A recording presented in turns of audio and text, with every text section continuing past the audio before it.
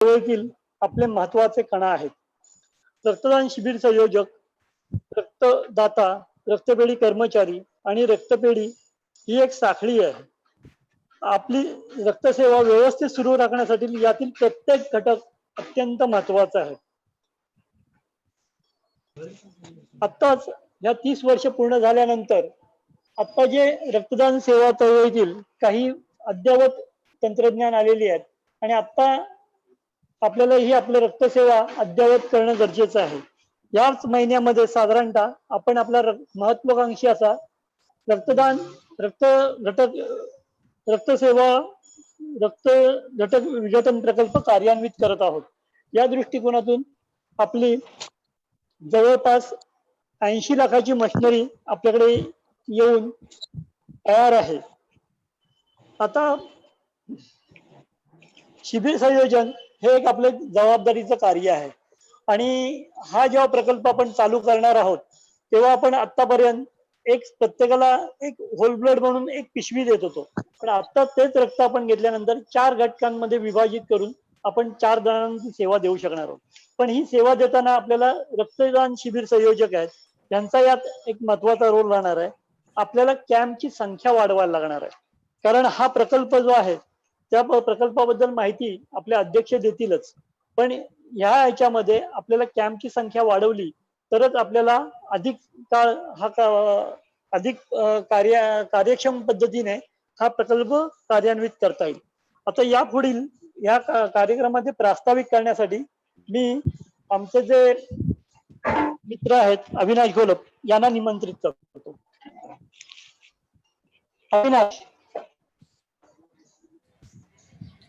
अविनाश तुझा sound unmute कर आणि सुरू कर. हा, धन्यवाद अविनाश. धन्यवाद. माझा आवाज येतोय सगळ्यांना? जरा मोठ्याने. माझा आवाज येतोय? हा येतोय, मोठ्याने बोला. येतोय, बोल बोल.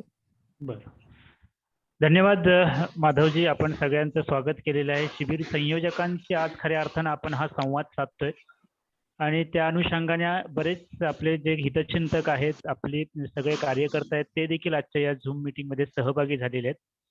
या कार्यक्रमाचा आणि या मीटिंगच्या प्रास्ताविकाच्या निमित्तानं मी तुमच्या समोर आता बोलतोय. आपला आजचा खरं तर विषय असा होता की शिबिर संयोजकांशी आपल्याला संवाद साधायचा आहे आणि तो संवाद साधत असताना आपल्याला भविष्यात ज्या काय अडचणी येत आहेत शिबिर आयोजित करण्यामागे, त्या अडचणी त्यांच्यापर्यंत पोहोचवायच्या आणि त्यांच्या मार्फतच त्या आपल्याला कशा सोडवता येतील. कारण शेवटी आपला हा मगाशी माधवने सांगितल्याप्रमाणे हा जो 29 वर्षांचा प्रवास आहे हा केवळ आणि केवळ या शिबिर संयोजकांमुळेच आपण करू शकलेलो आहे. अतिशय महत्वपूर्ण असं योगदान केवळ ह्या शिबिर संयोजकांचं आहे, कारण त्यांच्यामुळेच ही रक्तपेढी प्रवाहित राहिलेली आहे आणि याच्या पुढेही ती तशीच निरंतर चालू राहणार आहे.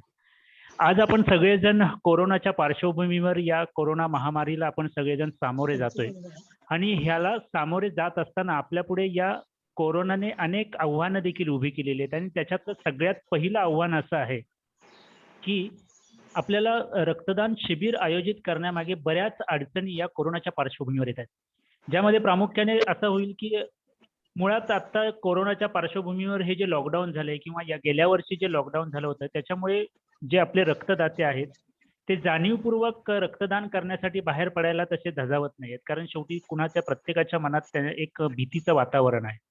त्याच्यामुळे रक्तदान करणाऱ्यांची संख्या जी आहे ती कुठेतरी थांबलेली किंवा रोडावलेली आपल्याला दिसते आणि म्हणून हे एक आपल्यासमोर आव्हान उभं आहे.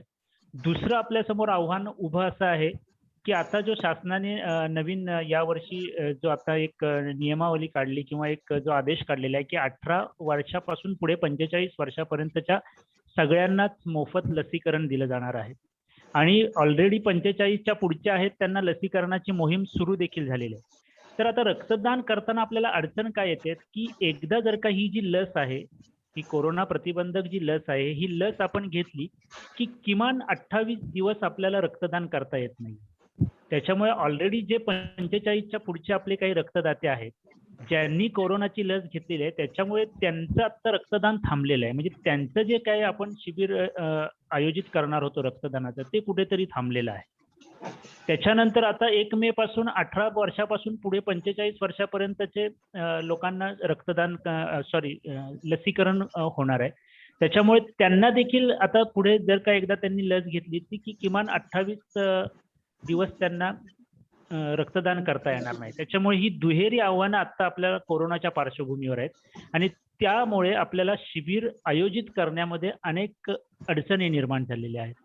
आणि आपण मागच्या 1-2 महिन्यापूर्वी जर का टीव्हीवरच्या बातम्यांमध्ये बघितलं तर महाराष्ट्रातल्या जवळपास बऱ्याचशा रक्तपेढ्यांमध्ये रक्ताचा तुटवडा निर्माण झालेला होता आणि त्याला आपण देखील जनकल्याण रक्तपेढी महाड देखील सामोरी गेलेली आहे.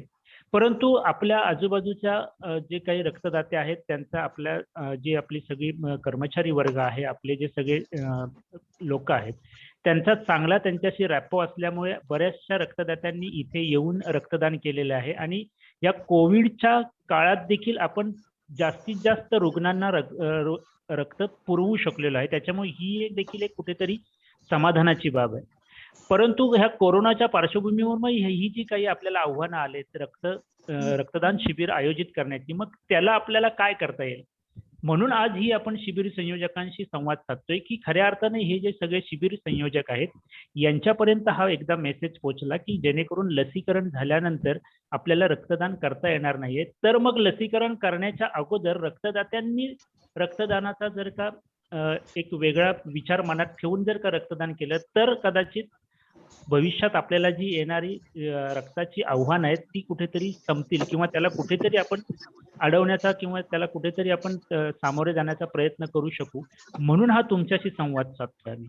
त्याच्यामुळे तुम्हाला आम्हाला या मीटिंगच्या माध्यमातून एवढंच सांगायचंय की तुमच्या आजूबाजूला तुमच्याकडे जे काही रक्तदाते आहेत, तुमच्या माहितीतले जे काही रक्तदाते आहेत किंवा तुमच्या आजूबाजूच्या परिसरामध्ये तुम्ही हा मेसेज पोचवा. तुम्ही आजूबाजूच्या परिसरामध्ये ही जनजागृती करा की कृपया आपण लस घेण्यापूर्वी रक्तदान करावं, जेणेकरून लस घेतल्यानंतर आपल्याला रक्तदान करता येणार नाही आणि मग जर का एखाद्या रुग्णाला रक्ताची गरज लागली तर ती भागवता येणार नाही आणि असा कुठेतरी प्रसंग उभा राहू नये म्हणून हा तुमच्याशी आपण संवाद साधतोय.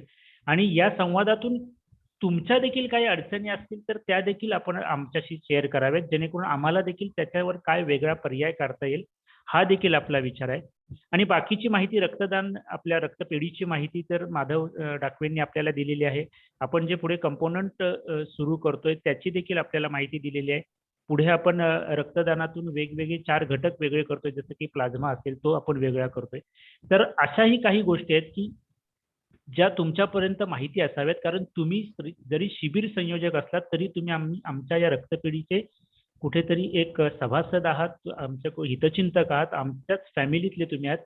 तर आमच्या रक्तपेढीतली आव्हानं असतील किंवा रक्त शिबिरामागची आव्हानं असतील आणि किंवा रक्तपेढीची जी वाटचाल आहे ती तुमच्यापर्यंत पोहोचावी हा आमचा उद्देश आहे.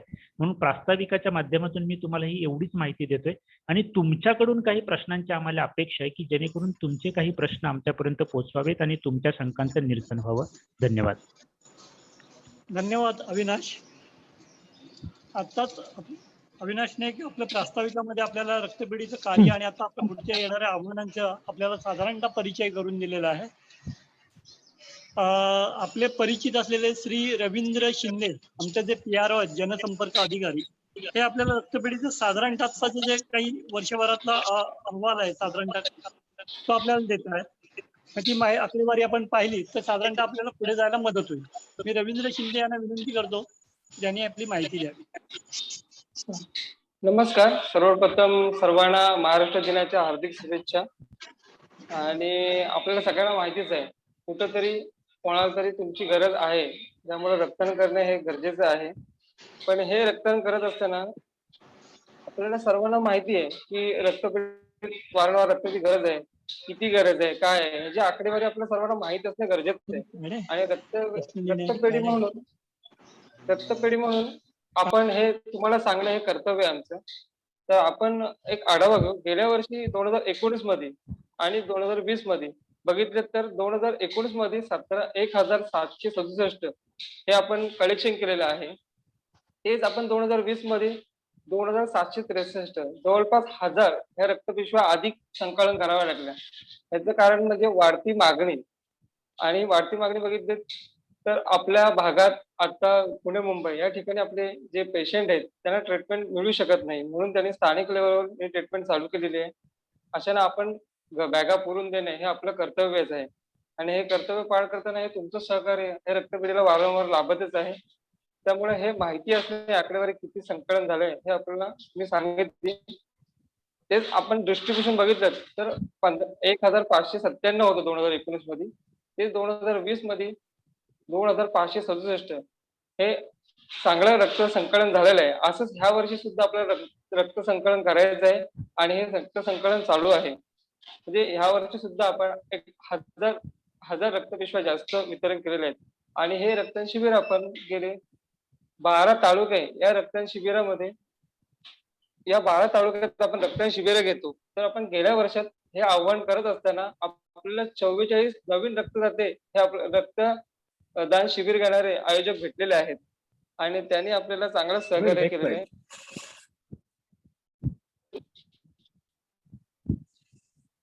हॅलो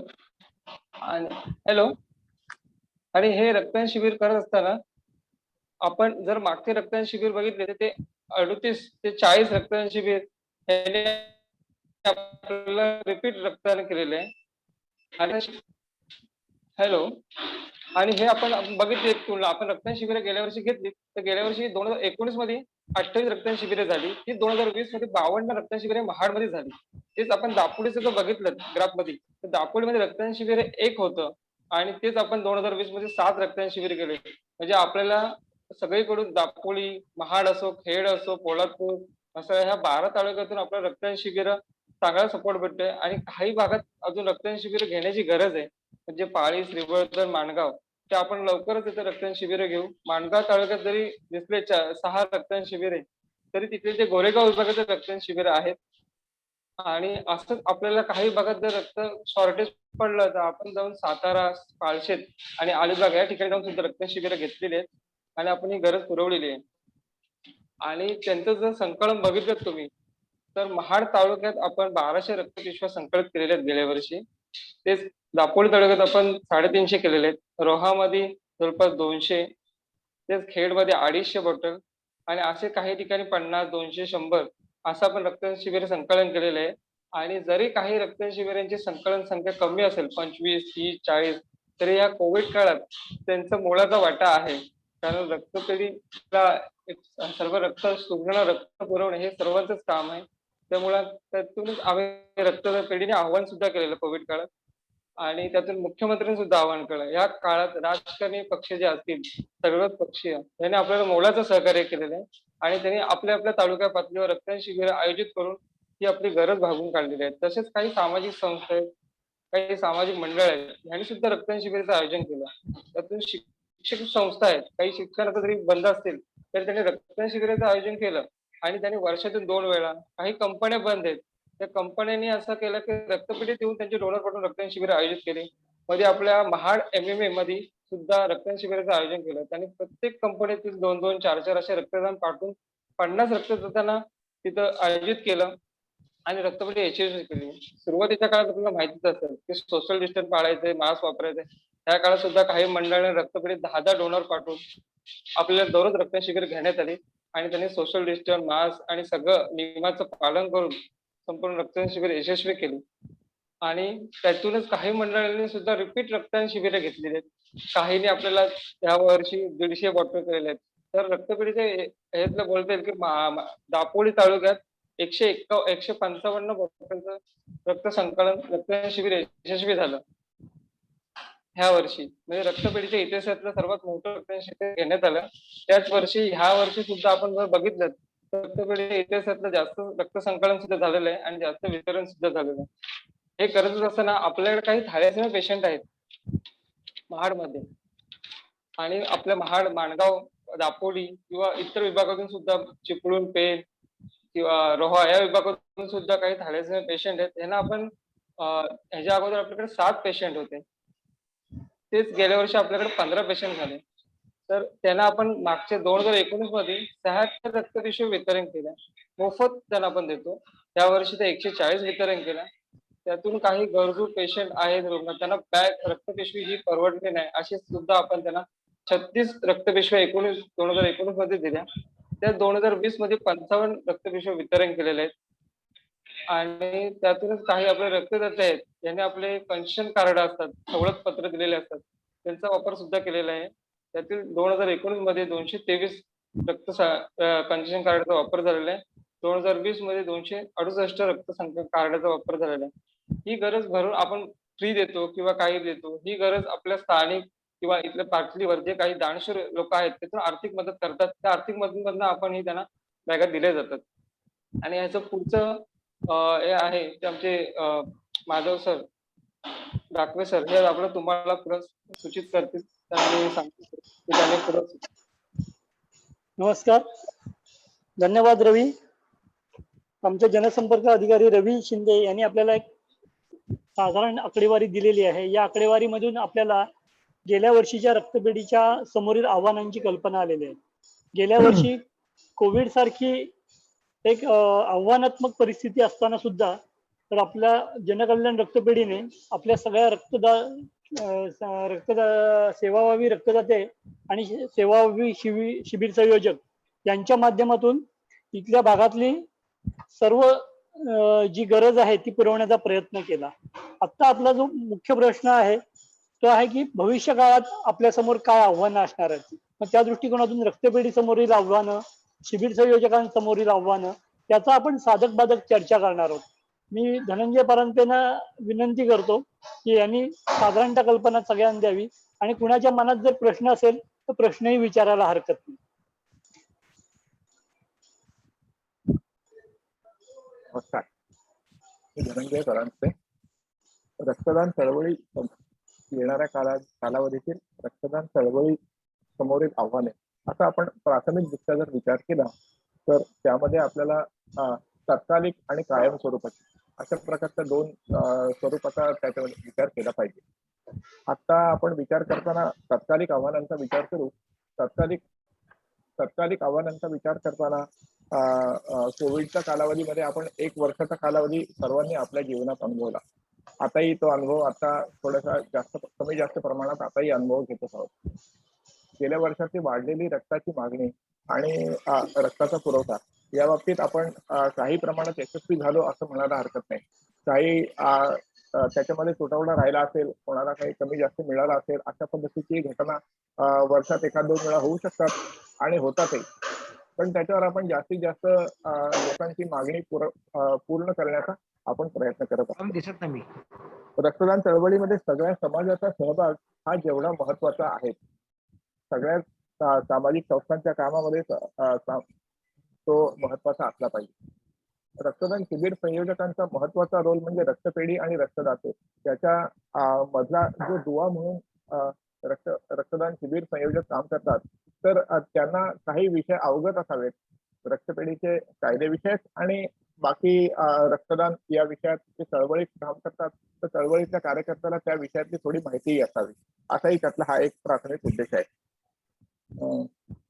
आपण बऱ्याच वेळेला आता टीव्हीवर किंवा सोशल मीडियाच्या माध्यमातून रक्ताचं या ठिकाणी 2 दिवसाचा साठा आहे, 3 दिवसाचा साठा आहे, 10 दिवसाचा साठा आहे, अशा पद्धतीच्या बातम्या आपण वेळोवेळी ऐकत आहोत.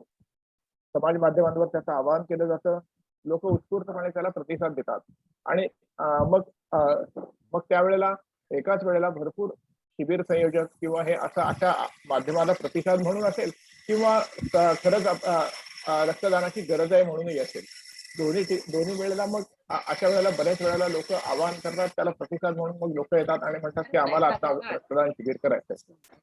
आता रक्तदान शिबिर करणं आणि रक्तदान शिबिर झाल्यानंतर त्याचं वितरण करणं हे रक्तपेढीचं प्रामुख्याने काम आहे.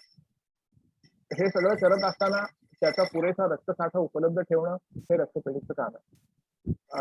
आता अशा वेळेला ज्या वेळेला अशा वेगवेगळ्या माध्यमातून आवाहनं होतात किंवा ज्या वेळेला मोठे मोठे राष्ट्रीय दिवस असतात, जसं की 15 ऑगस्ट असतो, 26 जानेवारी असतो, 1 मे असतो, अशा वेळेला स्वाभाविकपणे लोकांची काहीतरी आपण समाजकार्य केलं पाहिजे अशा उद्देशाने असेल किंवा वेगवेगळं सामाजिक काम केलं पाहिजे अशा उद्देशाने असेल.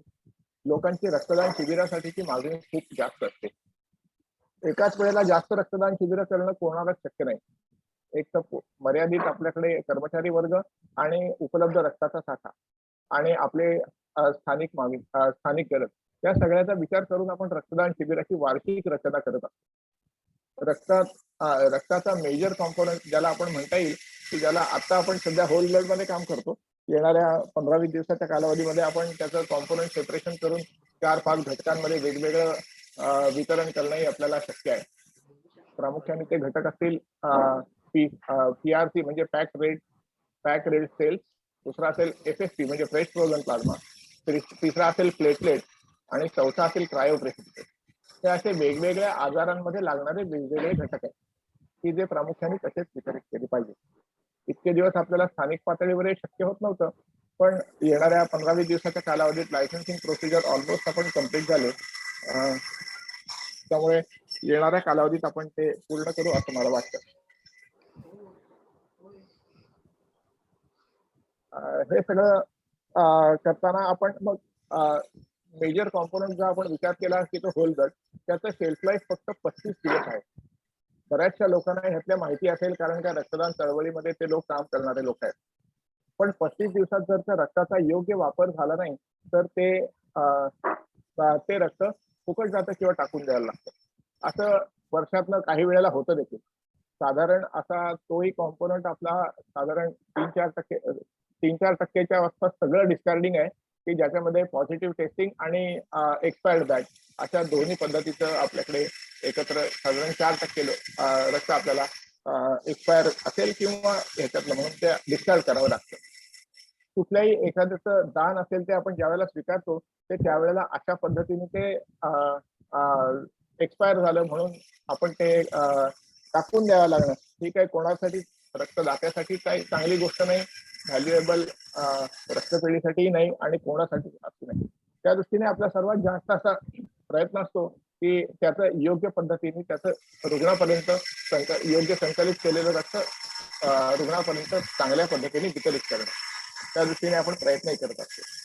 पण ज्या वेळेला अशा वेळा येतात किंवा एकाच वेळेला जास्त रक्तदान शिबिर संयोजक आपल्याकडे अप्रोच होतात आणि म्हणतात की आम्हाला ठराविक दिवसाच्या निमित्ताने रक्तदान शिबिर करायचं आहे, त्यावेळेला बऱ्याच लोकांना एंटरटेन करणं हे रक्तपेढीसाठी सुद्धा मुश्किल होतं आणि सगळ्यात मग अडचणी होतात. आता आपल्या समोर जी अडचण आहे ती हे सगळ्या अशा पद्धतीची समाज माध्यमातून असेल किंवा बाकी मोठ्या राजकीय व्यक्तींनी असेल, मुख्यमंत्र्यांनी असेल, आरोग्यमंत्र्यांनी असेल, वेगवेगळे आवाहन केल्यामुळे आता आम्हाला शिबिर घ्यायचंय अशी मागणी सध्या या गेल्या 15-20 दिवसाच्या कालावधीमध्ये खूप आहे. खरं तर त्यांची सगळी रक्तदान शिबिरं करणं आपल्याला शक्यही होत नाही. त्यामुळे काही रक्तदान शिबिरं आपण पोस्टपोन करण्याचं आवाहन करतो. काही रक्तदान शिबिर संयोजकांना आपण सांगतो की ठराविक वेळी रक्तदान शिबिर करा. काही लोक मान्य होतात, काही लोकांना ते शक्य होत नाही, वेगवेगळ्या कारणांनी शक्य होत नाही, त्यामुळे ते होतही नाही. आता त्यामुळे 2-3 गोष्टींमध्ये याच्यामध्ये शिबिर संयोजकांना देखील अवगत करावं असं वाटलं, त्यामुळे या गोष्टीचा थोडासा अंदाज दिला. आपली वाढती मागणी लक्षात घेऊन गेल्या 3-4 या 2021 सालातल्या देखील नियोजनानुसार आपण साधारण 200, 250, 250 बाटल्यांच्या आसपासचं आता सध्याचं या वर्षाचं देखील आता आपल्याचं रक्त संकलन त्या गतीने सुरू आहे. आता जे काही कोविडची दुसरी लाट आणि बाकी इतर गोष्टी आहेत त्याचा परिणामही काही प्रमाणात जाणवतो. याचबरोबर आपण शिबिर संयोजक या नात्याने काही लोक आपल्याकडे रक्तदान चळवळीतला कार्यकर्ता या दृष्टिकोनातूनही बघतात.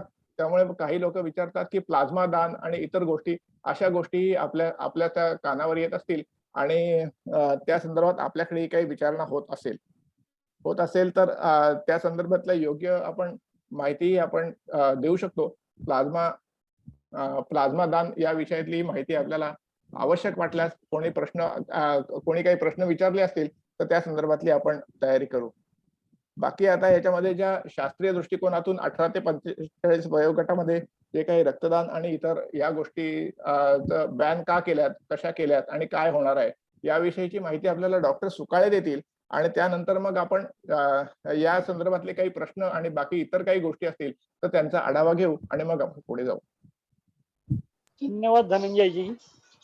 आपल्या रक्तपेढीचे अध्यक्ष धनंजयजी परांजपे यांनी आपल्याला रक्तपेढी प्रकल्पाविषयी आणि त्याच्या जो आता आपण प्रकल्प कार्यान्वित करणार आहोत त्याविषयी एक चांगली माहिती दिलेली आहे.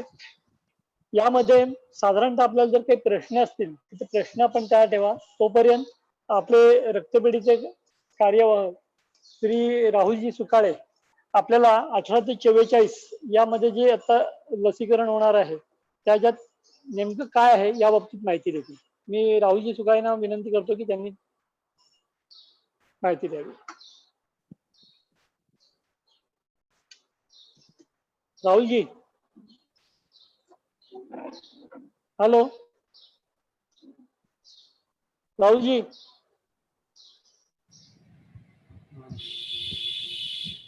हॅलो राहुल, डॉक्टर राहुल बाहेर पडलेत ते.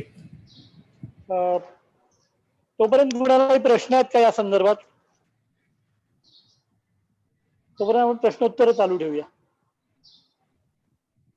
साधारणतः आपली जी चळवळ चालते ते रक्तदाता आणि रक्तपेढी राहुल जॉईन यांच्यामध्ये झालाय. राहुल समन्वय असायला लागतो. आणि राहुल राहुल आला का? हो जॉईन झालाय. राहुलजी, राहुलजी माझा आवाज येतोय? राहुल साऊंड अनम्यूट कर. डॉक्टर राहुल साऊंड अनम्यूट करून सुरू करा. नमस्कार doctor Rahul Sukale.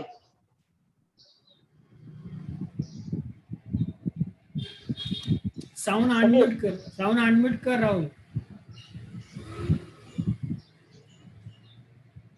Doctor Rahul sound unmute करा. यस. ओके. नमस्कार. आवाज येतोय माझा? हो येतोय. हो येतोय येतोय. हॅलो. धन्यवाद. प्रथमतः सर्वांना महाराष्ट्र दिनाच्या हार्दिक शुभेच्छा. या अगोदर माधव डावे, त्याचबरोबर अविनाश, जनकल्याणचे अध्यक्ष धनंजय परांजपे यांनी मौलिक असं मार्गदर्शन केलेलं आहेच. किंबहुना आज आपल्या शिबिर संयोजकांच्या मीटिंगचा जो आपला उद्देश आहे त्यांनी विशद केलेला. सर्व काही रिपीट न करता पण ह्या मूळ उद्देशावर रक्तपेढीच्या वतीने मी सर्वांचं आभार व्यक्त करतो. आभार व्यक्त करणं हे सुद्धा ऑफिशियल ठरेल, किंबहुना तो जरा हा तांत्रिक शब्द असू शकतो, पण खरं तर आपण सर्व रक्तदान चळवळीचे खरे कार्यकर्ते, किंबहुना या मंदिराचे जे आपण पिलर्स आहोत.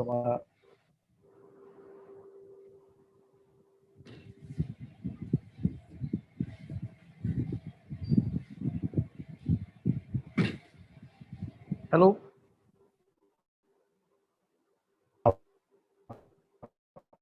आपल्या आतापर्यंतच्या रक्तपेढी.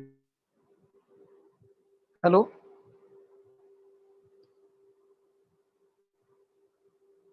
राहुल आवाज येतोय? हॅलो. नमस्कार. कुणाला काही प्रश्न असतील तर विचारायला हरकत नाही. कारण कसं आहे की आतापर्यंत आपण रक्त सेवा देतोच आहोत.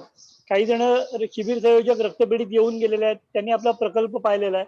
पण आता नवीन येणारं जे अद्ययावत तंत्रज्ञान आहे त्या दृष्टीने आपल्याला काही तयारी वेगळी करावी लागणार आहे. त्या दृष्टिकोनातून शिबिर संयोजकांना काही प्रश्न असतील तर विचारायला हरकत नाही. माधव हे फोटो लॅबचे. हा,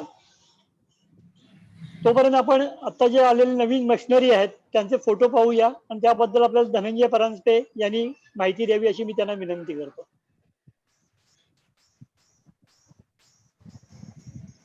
धनंजय. हॅलो. हा माझा आवाज येतोय? हो येतोय. हॅलो. राहुल हा येस. एक 2 मिनिटं. हा, बोला. धनंजय माहिती देतो याची. तोपर्यंत आवाज डिस्टर्ब झाला होता ना. हो चालेल. धनंजय. हॅलो धनंजय. हा देतो. चालेल. हे आपण मशीन बघतो ते जेल टेक्निकचं मशीन आहे. हे खरं तर आपल्या जुन्या म्हणजे एक्झिस्टिंग होल ब्लडच्या ह्याच्यातच आपण सध्या वापरतो आणि त्याचा उपयोग आपण क्रॉस मॅचिंग करण्यासाठी वापरतो. Next Sameer, next.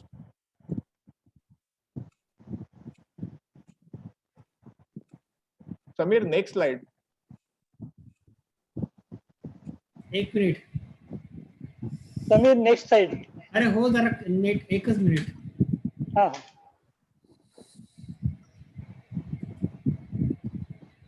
1च मिनिट जरा.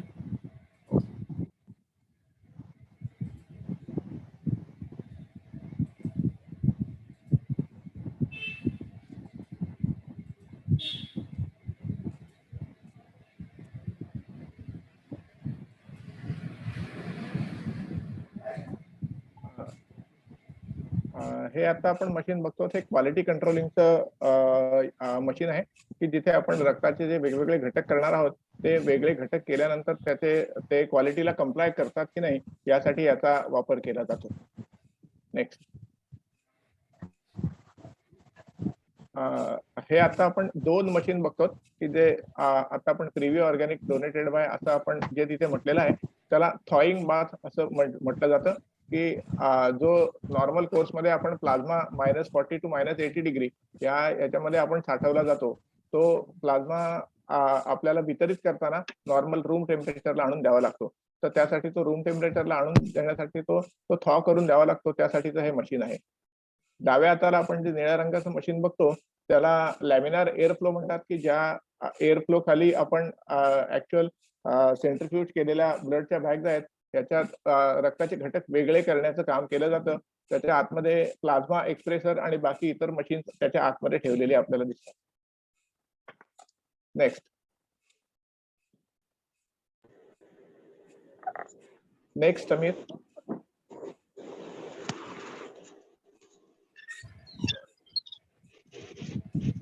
Sameer, next slide. हो हो. हे झालं. चालेल. हे झालं. हे वेइंग बॅलन्स आहे. याच्यामध्ये वेइंग बॅलन्स मध्ये आपण ज्या वेळेला आपण कॉम्पोनंट सेपरेशन करायला घेतो तर त्यावेळेला 2 सारख्या रक्तपिशव्यांचं त्याच्यामध्ये समोरासमोर ठेवून आपल्याला त्याचं सेंट्रिफ्यूज करावे लागतात. त्यासाठीचा हा लागणारा वेइंग बॅलन्स आहे. नेक्स्ट. हे खालच्या आता आपण हे सगळ्यांनी अनुभवलं असेल हे आपल्या खालच्या रक्तपेढीतल्या डोनर रूमचा हा व्ह्यू आहे. नेक्स्ट. हा ऍक्च्युअल कॉम्पोनंट रूमचा आताचा व्ह्यू आहे. त्याच्यामध्ये सर्वात मध्यभागी आपण जे मशीन बघतो त्याला रेफ्रिजरेटेड सेंट्रिफ्यूज असं म्हटलं जातं. या रेफ्रिजरेटेड सेंट्रिफ्यूज मध्ये आताचे जे काही आपण रक्ताचे विघटन केल्यानंतर 4 भाग करणार आहोत तर त्याचा प्रामुख्याने ह्या मशीनचा त्याच्यामध्ये मेजर रोल आहे. त्याच्यामध्ये समोरासमोर बॅग ठेवून एका वेळेला आपण 12 बॅगचं रक्ताचं विघटन करू शकतो आणि त्या 12 बॅगचं विघटन केल्यानंतर प्रत्येक प्रॉडक्ट म्हणजे एका रक्तपिशवीपासून त्याच्यापासून ज्याप्रमाणे आपल्याला घटक बनवायचे जसं प्लाझ्मा असेल, प्लेटलेट्स असतील किंवा क्रायोप्रेसिपिटेट असेल ज्याप्रमाणे आपल्याला घटक बनवायचे त्या पद्धतीने आपण ते घटक ह्या मधल्या मशीनद्वारे बनवू शकतो. डाव्या बाजूला आपण जो निळ्या रंगाचा फ्रीज बघतो तो क्वारंटाईन फ्रीज आहे. म्हणजे जोपर्यंत आपण रक्ताची तपासणी करत नाही किंवा त्याचं रक्ताचं विघटन करत नाही तोपर्यंत ते ठेवण्यासाठी तो फ्रीज आहे.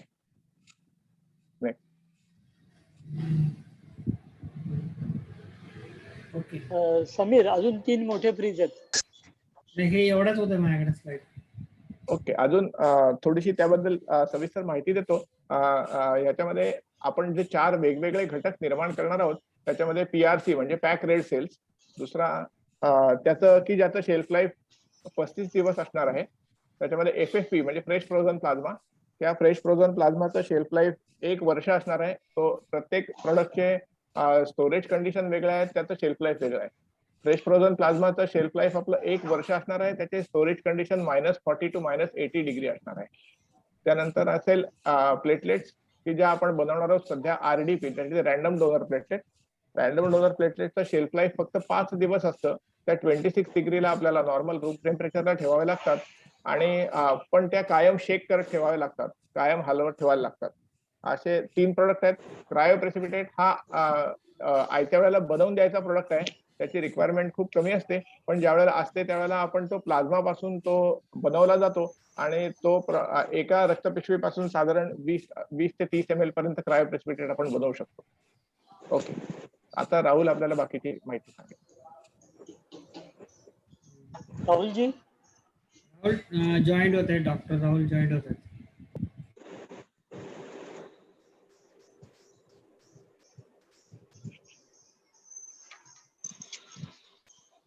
धन्यवाद धनंजयजी. आपल्या फ्रीज बद्दल काय माहिती सांगता येईल का? आता आपण जे 3 फ्रीज आहेत त्याबद्दल सांगितलं ना.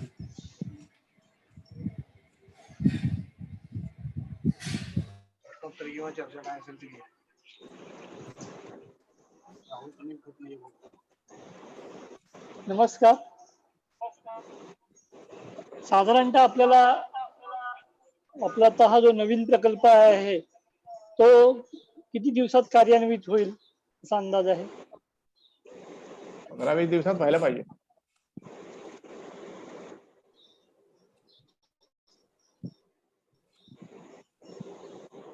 शिबिर संयोजकांपैकी कोणी आपली रक्तपेढी पाहिलेली आहे?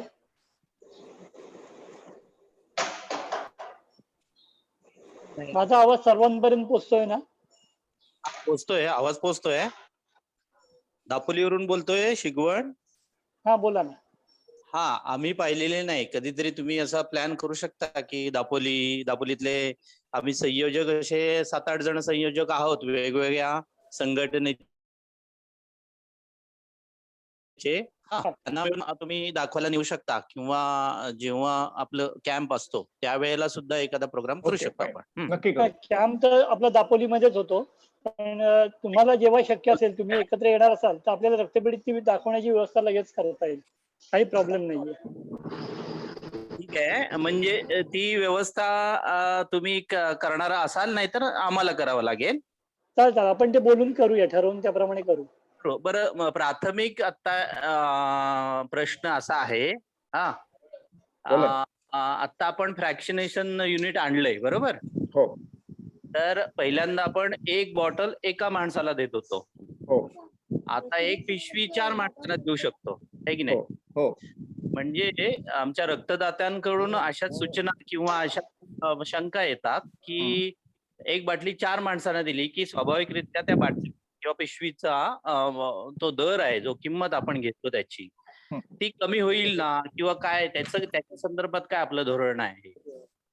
रक्त पिशवीची किंमत कमी होत नाही, कारण त्याचे 5 प्रोडक्ट बनतात, पण ते 5 प्रोडक्ट बनवण्यासाठी खर्चही तेवढाच असतो. 1 नंबर. एक तर त्यासाठी एका सिंगल बॅग मध्ये कलेक्शन केलं आणि 4 रक्तघटक वेगळे केले असं होत नाही. त्याच्यासाठी जेवढे प्रोडक्ट तुम्हाला बनवायचे आहेत तेवढ्या प्रोडक्ट नुसार त्याला double bag, triple bag, quadruple bag अशा वेगवेगळ्या बॅग्सचे त्याचा हे वापरावे लागतात. त्यामुळे आणि त्याचा खर्च असतो. शिवाय आता आपल्याला जे काही प्लाझ्मा किंवा इतर या गोष्टी ह्या स्टोरेज कंडिशन्स आहेत, तर त्या स्टोरेज कंडिशन त्याच्या खूप एक्स्ट्रीम आहेत. म्हणजे त्याचा प्लाझ्मा जरी त्याचा शेल्फ लाईफ 1 वर्ष असेल तरी त्या प्लाझ्माचा स्टोरेज कंडिशन -40 to -80 डिग्री पर्यंत त्याचं स्टोरेज कंडिशन आहे. त्यामुळे ते वापरण्यासाठी, ते ठेवण्यासाठीचा, प्रिझर्व्ह करण्यासाठीचा खर्च हे देखील ऍडिशनल कॉस्ट त्यासाठी बेअर कराव्याच लागतात. त्यामुळे त्याच्या प्रत्येक रक्त घटकाच्या किमतीमध्ये वेगवेगळा फरक आहे. प्लाझ्माची किंमत खूप कमी आहे. प्लाझ्मा आणि प्लेटलेटची म्हणजे RDP ज्या आपण बनवणार आहोत त्याची किंमत खूप कमी असेल. ती ₹450 आसपास एका युनिटची किंमत असेल. पण पॅकरेड सेल्स म्हणजे लाल पेशी ज्या आपण त्याला आता होल ब्लड आपण त्यासाठी सर्वात जास्त वापर करतो, त्याची किंमत 1450 एवढीच असेल आता तरी. बरोबर आहे. आणि बाकीचे इतर प्रोडक्ट आहेत त्याच्या किमती कमी असतील. ₹450 त्याच्या प्लाझ्माची किंमत असेल आणि त्याच्याच आसपास किंमत त्याच्या RDP म्हणजे रॅन्डम डोनर प्लेटलेटची किंमत असेल. बरोबर. बरं, प्लाझ्मा डोनेट ज्याला करायचंय तो माणूस अगोदर पॉझिटिव्ह पाहिजे, नंतर तो निगेटिव्ह आला पाहिजे, असं काय आहे की काय रेग्युलर माणूस सुद्धा प्लाझ्मा डोनेट करू शकतो? सांगतो. प्लाझ्मा कारण आताच्या ज्या या सगळ्या घटना कोविड मध्ये घडतायत ना, पॉझिटिव्ह आलेला माणूस नंतर तो रिकव्हर होऊन नंतर प्लाझ्मा डोनेट करतो. तर लोकांचं, हॅलो, आवाज येतोय ना? येतोय, बोला. तर लोकांचं असं त्याच्या मागचं हे झालंय की पॉझिटिव्ह आल्यानंतर निगेटिव्ह झाल्यानंतरच प्लाझ्मा डोनेट करायचंय की रेग्युलर सुद्धा माणूस प्लाझ्मा डोनेट करू शकतो? सांगतो. याच्यामध्ये आपल्याला पॉझिटिव्ह आल्यानंतर म्हणजे ज्या वेळेला आपण RT-PCR टेस्ट करतो आणि त्यावेळेला ती कोविड पॉझिटिव्ह आहे असा आपल्याला RT-PCR रिपोर्ट मिळतो, तो पॉझिटिव्ह असला तरच आपल्याला प्लाझ्मा दान करता येतं. बरोबर. 1 नंबर. त्यानंतर त्याची खूप टीडीएस प्रोसेस थोडी लांब आहे. प्लाझ्मा दान करता तुम्हाला त्या कोविड मधनं तो पेशंट पुरेसा रिकव्हर झालेला असला पाहिजे. म्हणजे तो त्याला स्वतःबद्दल कॉन्फिडन्स असला पाहिजे की आता आपण फिट आहोत. ही एक गोष्ट. मग त्यासाठी 14 दिवस त्याच्या उपचाराचे आणि त्याच्यानंतर त्याचे 28 दिवस रिकव्हरीचे असे साधारण RT-PCRच्या तारखेपासून 42 दिवसाच्या कालावधीनंतर जर तो फिट असेल, जर त्याच्यामध्ये त्याच्या आधी अँटीबॉडी टायटर केलं जातं. अँटीबॉडी टायटरचा रिपोर्ट जर त्याचा 13 पेक्षा जास्त असेल आणि त्याची व्हेन पुरेशी मोठी असेल तर तो माणूस प्लाझ्मा दान करण्यासाठी पात्र आहे असं समजलं जातं. त्यामुळे कुठलाही माणूस त्याच्यामध्ये प्लाझ्मा दान करू शकत नाही. RT-PCR रिपोर्ट टेस्ट नंतर पॉझिटिव्ह टेस्ट नंतर 42 दिवसानंतर त्याची तपासणी केली जाते. जर त्याचं अँटीबॉडी टायटर पुरेसं आहे असं लक्षात आलं तर त्याचं घेतलं जातं. पण त्या अँटीबॉडी टायटर मध्ये देखील आता जर त्यांनी लस एखादा डोस घेतलाय लस आणि त्यानंतर त्याला पॉझिटिव्ह आला तरी सुद्धा तो प्लाझ्मा दान करण्यासाठी पात्र नाही. त्यामुळे आता त्या प्लाझ्मा दान करण्यासाठी आपल्याकडे हर्डल्स खूप आहेत. बरोबर आहे. बरोबर. ठीक आहे. ओके. धन्यवाद शिगवण साहेब. अजून कुणाला काही प्रश्न आहेत? राहुल जॉईन झाले. नमस्कार. हा, मी बोला बोलू ना. का? अमोल टाकळे, चिपळूण. हो, बोला. हा, जनकल्याण रक्तपेढी महाड सर्वप्रथम धन्यवाद मानतो आपले. कारण आज आपण आयोजक या नात्यानं आम्हाला आपला असणारा जो वैभवशाली जो आलेख आहे आपल्या रक्तपेढीचा, कोकणातील एक अद्ययावत अशी रक्तपेढी म्हणून आपण आपल्या जनकल्याण रक्तपेढीकडे आपण पाहतोय. मला वाटत नाही पनवेल पासून गोव्यापर्यंत इतक्या मोठ्या प्रमाणातली असणारी टेक्नॉलॉजी अन्य कोणीकडे असेल. त्या निमित्तानं आमचे दापोलीचे असणारे जे शिगवण आहेत त्यांनी काही जे प्रश्न त्याच्याशी निगडीत विचारले, निश्चित आमच्या सगळ्यांच्या शंकांचं त्या माध्यमातून समाधान झालं. अमोल टाकळे, चिपळूण, एक सर्वसामान्य सामाजिक कार्यकर्ता या क्षेत्रात कार्य करतोय. या कोरोना काळात आम्ही 6 ते 7 शिबिरं घेतली विविध संस्थांच्या माध्यमातून, पक्षांच्या माध्यमातून. माझा आयोजकांना एक विनंती आहे की आता मगाशी आपले प्रास्ताविक करणारे जे साहेब होते त्यांनी विविध प्रश्नांच्या माध्यमातून आपलं शंका निरसन तर केलं, परंतु आपल्याला माहिती आहे की आता रक्तदान करताना या कोरोना काळात अनेक जे रक्तदाते आहेत ते समोर येत नाहीत आणि त्यामुळं रक्तदात्यांची असणारी संख्या कमी होते. आज आपण बघतोय वॅक्सिनेशन होतंय. वॅक्सिनेशनचा असणारा बहुतांश लोकांचा असणारा पहिला डोस होतोय आणि त्यानंतर दुसरा डोस होईपर्यंत असणारा हा कालावधी मोठा असणार आहे. पण आपल्याला ही रक्तदानाची असणारी चळवळ जर या पद्धतीने आपल्याला पुढे जर आपल्याला राबवायची असेल तर सगळ्या आयोजकांना एक विनंती असेल की आपण एक करू शकतो की शासनानं सुरुवातीला शासकीय आणि जे निम शासकीय कर्मचारी आहेत यांना वॅक्सिनेशन कंपल्सरी केलंय. तर काहींचे असणारे पहिले डोस झाल्यानंतर या महिनाभराच्या आत दुसरे डोस देखील पूर्ण होत आहे आणि त्यानंतर 28 दिवसाच्या कालावधीत आपल्याला जर शिबिर जर घ्यायची असतील तर सर्वप्रथम या शासकीय आणि निमशासकीय कर्मचाऱ्यांवर आपण जर कॉन्सन्ट्रेट केलं, मग समजा कोणतेही शहर असेल तर त्या शहरातल्या बँकिंग क्षेत्रातली असतील, एसटी महामंडळ असेल, त्याचबरोबर MSCB असेल, अशा प्रत्येकाची असणारी आपण जर छोटी जर शिबिर आपण जर लावली प्रत्येक आयोजनानं तर निश्चित स्वरूपात जास्तीत जास्त प्रकारात आपल्याला जे बळ असेल ते आपण संकलित करू शकतो. आपल्याला रक्तपेढीला जरूर देता येईल आणि त्या माध्यमातून ज्यांना आवश्यक आहे त्या रक्तदात्यांचं असणारं जे योगदान आहे त्या रुग्णापर्यंत निश्चित स्वरूपात होऊ शकेल अशी एक माझी सूचना आहे. निश्चित स्वरूपात आपण त्याची असणारी नोंद घ्यावी अशी विनंती आहे. धन्यवाद अमोलजी. आपण खूपच चांगल्या पद्धतीने व्यक्त झाला आणि आपण सूचनाही चांगल्या दिल्या. निश्चित आपण याचा विचार करूया. परवाचा आपला जो चिपळूण मधला एक कॅम्प झाला तोही खूप चांगल्या पद्धतीने झाला. प्रांत हॉस्पिटलला मी घेतला होता. बरोबर. हो, प्रांत hospital. Doctor Rahul Sukale join झालेत का? हॅलो. हा, डॉक्टर यतीन जाधव नाहीये बहुतेक. नाही, सुकाळे, डॉक्टर राहुल सुकाळे. राहुल सुकाळे. आहेत. हो हो यस. राहुलजी, हा यस बोला ना. हा, तुझं कंटिन्यू कर. हॅलो हा हॅलो. राहुलजी बोला. हा सॉरी, मगाशी जरा इंटरनेटच्या काही डिस्कंटिन्युटीमुळे मला मध्येच खंडित व्हायला लागलं. बरंचसं माझ्या मते जे आपले विषय आज मांडलेले आहेत, एकाच गोष्टी आपल्याला जास्त स्ट्रेस द्यायचा आहे. जसं मगाशी म्हटलोय की ह्या आपल्या रक्तदानाच्या ही जे मंदिर उभं आहे त्याचे पिलर्स हे सगळे रक्त शिबिर संचालक आहेत. आणि आजचा ह्या कोविडच्या महामारीमध्ये जे काही प्रश्न आपल्याला उपस्थित झालेले आहेत रक्तदान चळवळीच्या बद्दल, त्यातला हा एक प्रश्न आपला जो आपण ज्याला आपण स्ट्रेस द्यायचा आहे, तो म्हणजे आता ह्या 18 वर्षे वयोगटातल्या वरचे जे आता रक्तदाते आहेत हे व्हॅक्सिनेशनला सामोरे जाणार आहेत.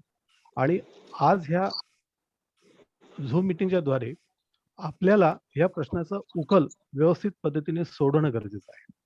जर आपण बघायला गेलं तर मार्च, एप्रिल, मे या काळामध्ये कम्पॅरेटिव्हली रक्तदान हे थोडंसं वर्षाच्या इतर महिन्यापेक्षा हे थोडंसं कमी होतं.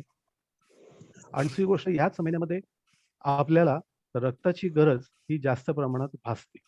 विशेष करून ह्या रोड साईड ऍक्सिडेंट म्हणा, ट्रॉमा म्हणा, किंवा ह्या कोरोनाच्या काळामध्ये शहरातनं आलेले जे चाकरमनी आहेत त्यांच्या परिवारातल्या लोकांच्या सर्जरीज, सीझर्स किंवा बाकीच्या जनरल सर्जरीज याचं प्रमाण हे या दिवसामध्ये वाढतं.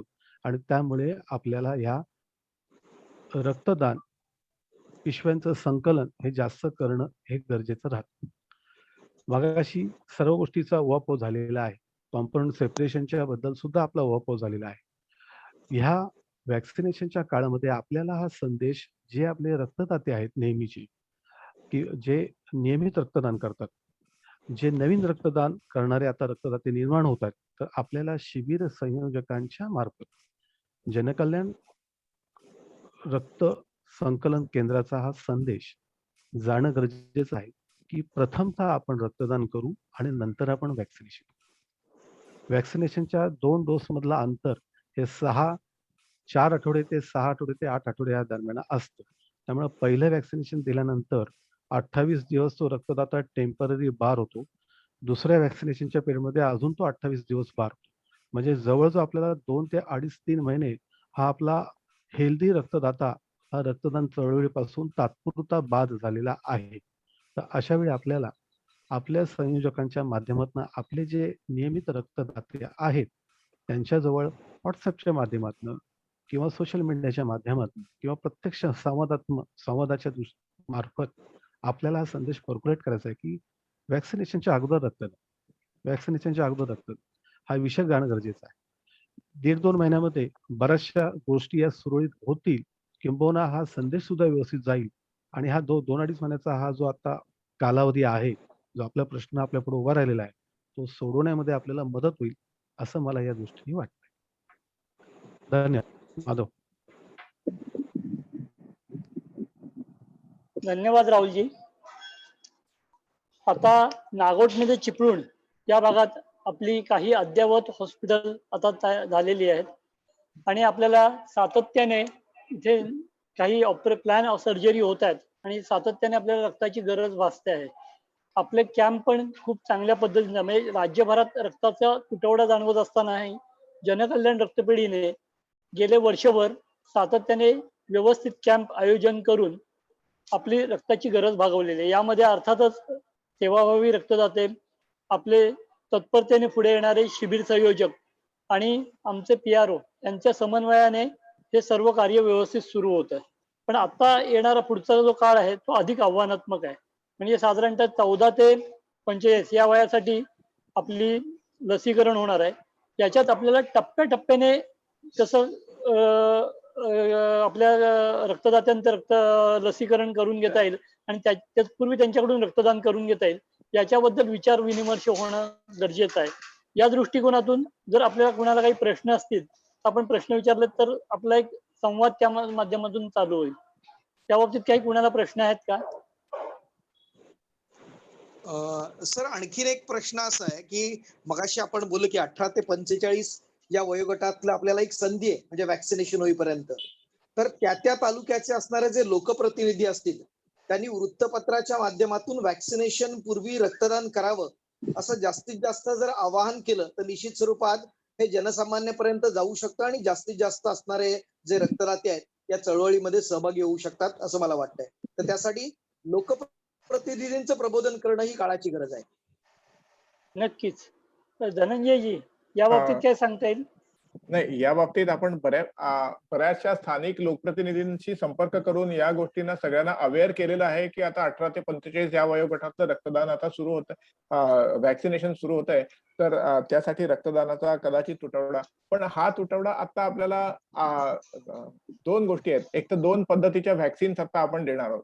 एक कोवॅक्सिन व्हॅक्सिन आहे की ज्याचा 2 ह्याच्यामधला कालावधी हा 28 दिवसाचाच आहे. त्यामुळे कोवॅक्सिन हे व्हॅक्सिन जर कुठे उपलब्ध झालं तर त्याला सलग 2 महिने तो रक्तदाता आपल्यासाठी रक्तदानासाठी पात्र ठरत नाही. पण कोविशिल्ड हे व्हॅक्सिन आहे, हे याच्या 2 व्हॅक्सिनच्या डोस मधलं अंतर हे 6 ते 8 आठवडे आता केलेलं आहे. त्यामुळे तो पहिल्या व्हॅक्सिनेशनच्या डोस नंतर 28 दिवस नंतर तो परत रक्तदान करण्यासाठी तो माणूस पात्र आहे. त्यामुळे याही गोष्टीत लक्ष ठेवून कदाचित त्यांनी मधल्या पिरियडमध्ये देखील रक्तदान केलं तरी काही प्रमाणात आपल्याला त्यामध्ये थोडासा आधार मिळण्याची शक्यता या वयोगटात सुद्धा आहे. त्यातली एकच गोष्ट आहे की 18 ते 45 या वयोगटातले गेल्या 4-5 वर्षातला किंवा आपण आढावा घेतला तर 18 ते 45 या वयोगटातले 75% रक्तदाते आपले 18 ते 45 वयोगटातले आहेत. आणि 75% हा एवढा मोठा पोर्शन एकाच वेळेला रक्तदानासाठी पात्र ठरणार नाही, ही गोष्ट चांगली नाही. त्यामुळे हे आपल्याला संकट आपल्याला वाटत नसलं तरी येणाऱ्या जून-जुलै महिन्यातल्या कालावधीमध्ये हे संकटच असणार आहे आणि त्यासाठी आपल्या सगळ्यांचं सहकार्य खूप मोलाचं ठरणार आहे. हॅलो धन्यवाद धनंजयजी.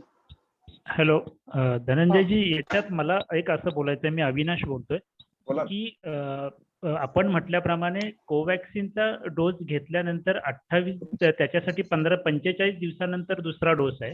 म्हणजे 28 दिवसापासून पुढे 45 दिवस हा मधला जो 18 दिवसांचा जो स्पॅन आहे तो आपल्या सगळ्यांसाठी खरं तर खूप महत्वाचा आहे आणि आपण त्या 18 दिवसांचा कसा जास्तीत जास्त फायदा घेऊ शकतो या दृष्टीने आपण सगळ्या शिबिर संयोजकांनी विचार करायला हवा असं मला वाटतं. नक्कीच नक्कीच. पण ते कोविशिल्ड ह्या व्हॅक्सिनच्या बाबतीत आहे, कोवॅक्सिनचा डोस 28 दिवसानंतरच आहे. हा बरं, नाही हे फक्त माझा हा ऑप्शन फक्त कोविशिल्ड बाबतीतच आहे. म्हणजे 18 दिवस आपल्याला तेव्हाच मिळू शकते. त्यामुळे ते थोडंसं बायफर्केशन करणं. बऱ्याच वेळेला काय होतं, आता या तरुणांमध्ये माहिती असतं आपण कुठल्या पद्धतीचं व्हॅक्सिन घेतलंय. काही वेळेला या लोकांना माहिती पण नसतं, आपण व्हॅक्सिन घेऊन आलो, फक्त लस घेऊन आलो एवढाच विषय होतो. त्यामुळे बऱ्याच वेळेला काही लोकांना आपण मग ते विचारण्याची सुद्धा सवय लावली पाहिजे की बाबा व्हॅक्सिन घेतलंस पण ते कुठल्या कंपनीचं घेतलंस, तू किती दिवसानंतर पात्र ठरणार आहेस रक्तदानासाठी. म्हणजे ह्या गोष्टी ज्या वेळेला आपण शिबिर आयोजित करू तर त्यावेळेला या छोट्या छोट्या गोष्टींना देखील महत्व असणार आहे. आणि दुसरं एक मला शिबिर संयोजकांना सांगावं असं वाटेल की आपल्या मोबाईलच्या स्टेटसवर जर का आपण ही गोष्ट म्हणजे स्टेटस ठेवू शकलो आपण, कारण आपण प्रत्येकापर्यंत पोहोचणार तर नाही आहोत, पण स्टेटसवर ठेवलं की लसीकरणाच्या अगोदर रक्तदान असं एक ह्या 2 ओळीचं जरी स्टेटस ठेवलं तरी आपला मेसेज जास्तीत जास्त लोकांपर्यंत पोहोचायला मदत होईल असं मला वाटतं. धन्यवाद अविनाश. खूप चांगली सूचना आहे. कारण कसं आहे की आत्ताचा जो 18 ते 45 वयाचा जो आता आपला जो आव्हानात्मक पिरियड आहे याच्यामध्ये तरुण रक्तदाते जे आपले आहेत ते तरुण रक्तदाते बाधित होतात आणि या तरुण रक्तदात्यांना त्याच्याबद्दल जर आपल्याला जागरूक करायचं असेल तर ही सूचना अतिशय मोलाची आहे की आपण जर कायम सगळ्यांनीच या पद्धतीचं स्टेटस ठेवलं आणि प्रत्येकाला जागृत करत राहिलं तर ही आपल्याला या आव्हानात्मक कालावधीचा आपण चांगला सामना करू शकू. सर एकच मिनिट. मोबाईलचं स्टेटस पण ठेवावं माधव, मला असं वाटतंय मोबाईलचं स्टेटस ठेवावं अतिशय चांगली कल्पना अविनाशनी मांडलेली आहे. त्याचबरोबर बरेचसे आपले जे यंग आणि तरुण रक्तदाते आहेत हे बरेचसे फेसबुक ऍक्टिव्ह आहेत, इंस्टाग्रामला ऍक्टिव्ह आहेत.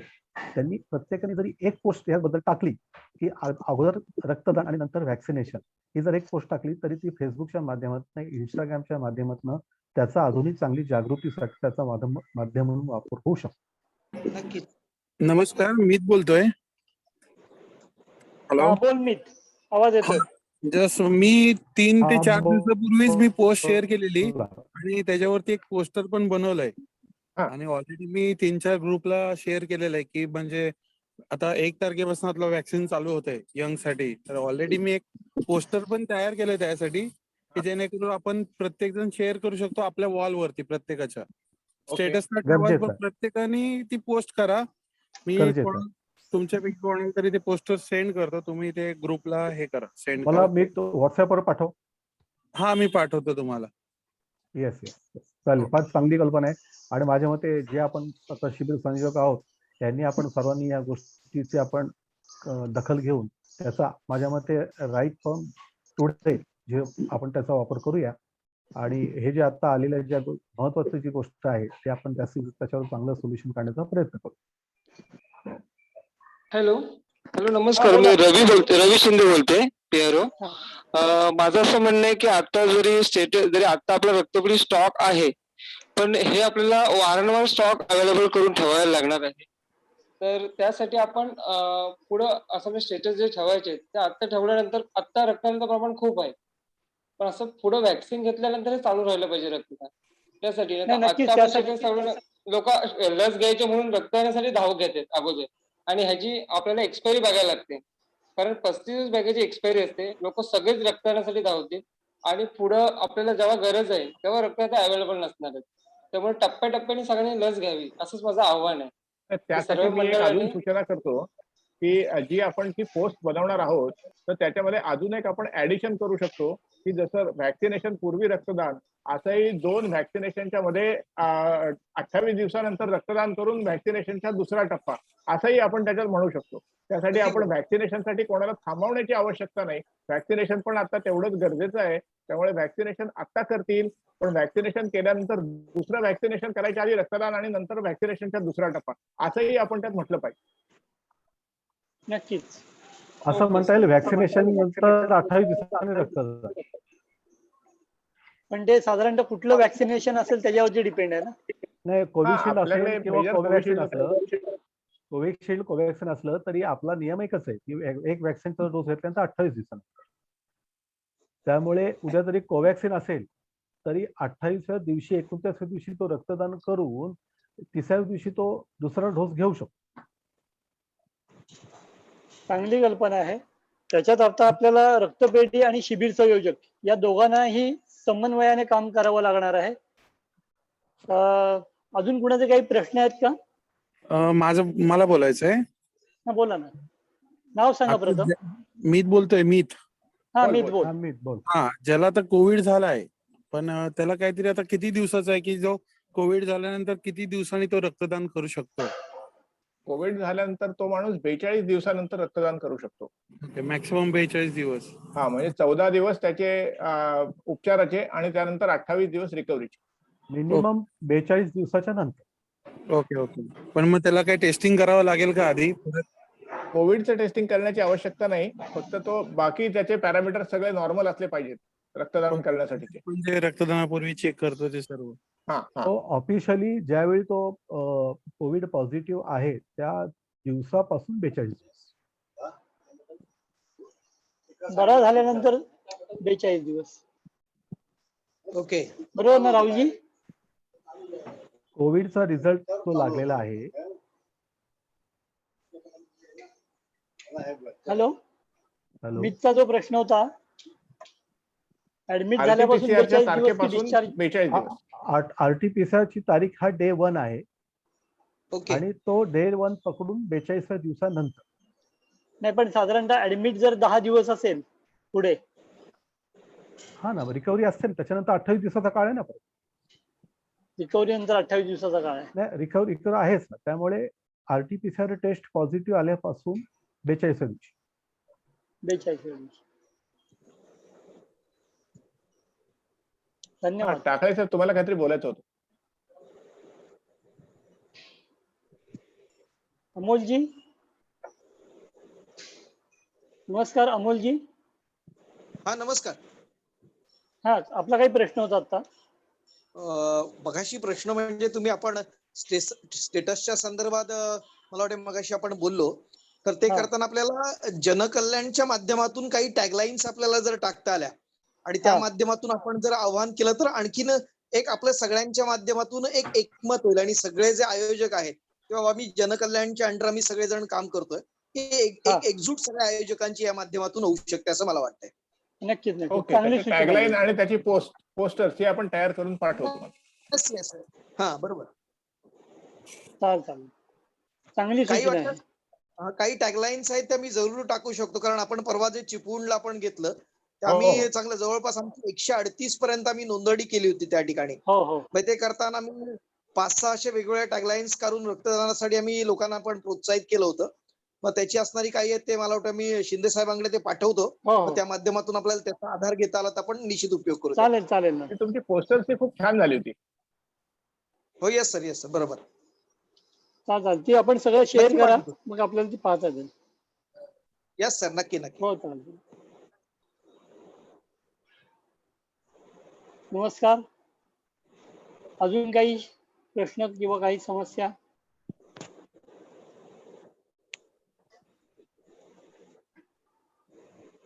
आपण पुढे सरकूया का? हो सर चालेल. चालेल. मी आपले रक्तपेढीचे प्रकल्प समन्वयक श्री महेश मोरे यांना पुढचा चार्ज घेण्याची विनंती करतो. महेशजी. सर्वांना नमस्कार. महाराष्ट्र दिनाच्या हार्दिक शुभेच्छा.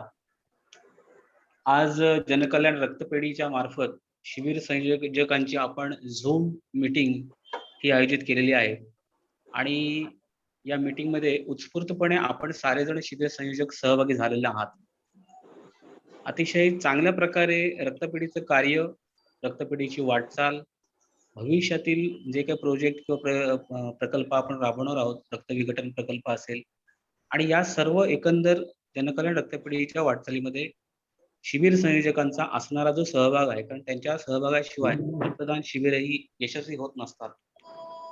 ती मेहनत घेतात आणि त्याच्यामुळेच आपल्याला खूप चांगल्या पद्धतीने रिझल्ट मिळतो आणि रक्तपेढीमध्ये रक्ताची जी काही कमतरता असते ती भरून निघत असते आणि आपण रुग्णांना वेळेवरती सुरक्षित रक्त देत असतो.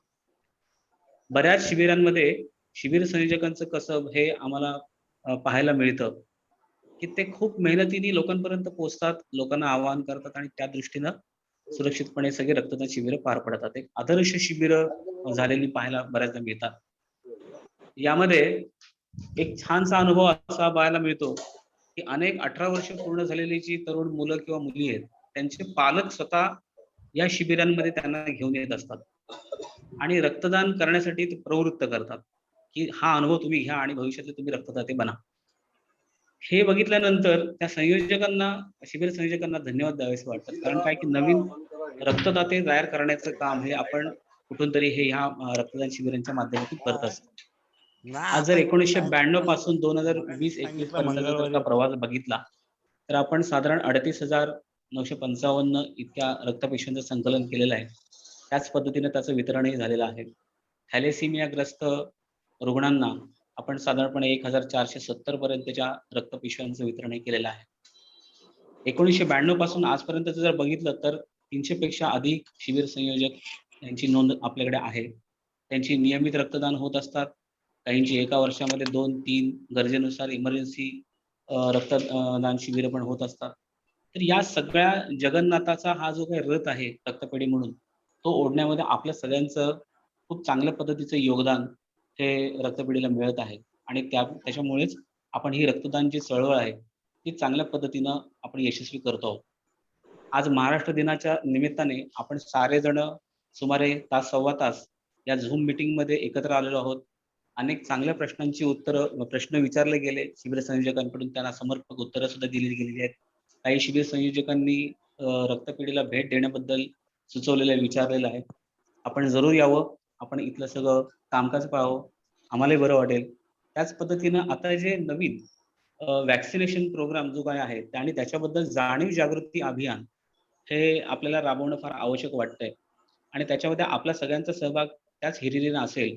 जनकल्याण रक्तपेढी हे जाणीव जागृती अभियान जे आहे की 18 ते 44 मधल्या रक्तदात्यांनी वॅक्सिनेशन करण्यापूर्वी रक्तदान करावं आणि हे जी रक्ताचा जो काही तुटवडा किंवा अशी जी परिस्थिती उद्भवणार असते किंवा उद्भवत असेल तर त्याच्यावरती आपण योग्य पद्धतीने ती मात करू शकतो. या झूम मीटिंग मध्ये सहभागी झालेल्या सर्व शिबिर संयोजकांचे मी रक्तपेढीच्या वतीने आभार मानतोय. त्याच पद्धतीने रक्तपेढीचे अध्यक्ष श्री धनंजय परांजपे, संचालक डॉक्टर राहुल सुकाळे, डॉक्टर समीर मुटाला, त्याच्यानंतर आपले सूत्रसंचालन करणारे माधव डाकवे, शिवराज भागवत, रक्तपेढीचे PRO, या सर्वांचे मी आभार मानतो. आणि आपण सहभागी झाल्याबद्दल सगळ्यांना धन्यवाद देऊन आपण ही मीटिंग इथे संपवतोय असं मी अध्यक्षांच्या वतीने मी सगळ्यांना जाहीर करतो. धन्यवाद. धन्यवाद महेशजी. सर्वेत्र सुखीने सन्तु सर्वे सन्तु निरामयाः सर्वे भद्राणि पश्यन्तु मा कश्चित् दुःखमाप्नुयात्. धन्यवाद. धन्यवाद. धन्यवाद.